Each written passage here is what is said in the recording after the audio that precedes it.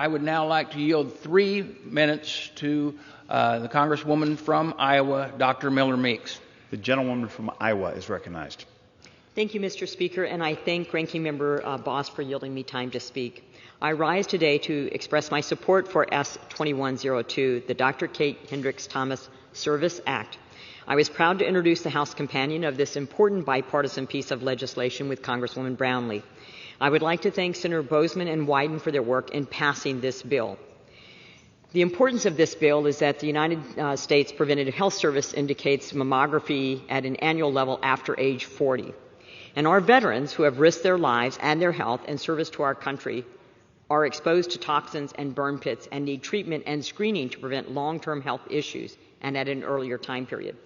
Female veterans are especially at risk for several types of cancer, especially breast cancer. Female veterans are at a 20 to 40% higher risk of breast cancer, and female veterans who have been exposed to toxic exposure are an even higher risk. As a doctor, I understand just how life-saving early mammogram screenings can be. I have always told my patients that early detection is the key to successfully treating all types of cancer.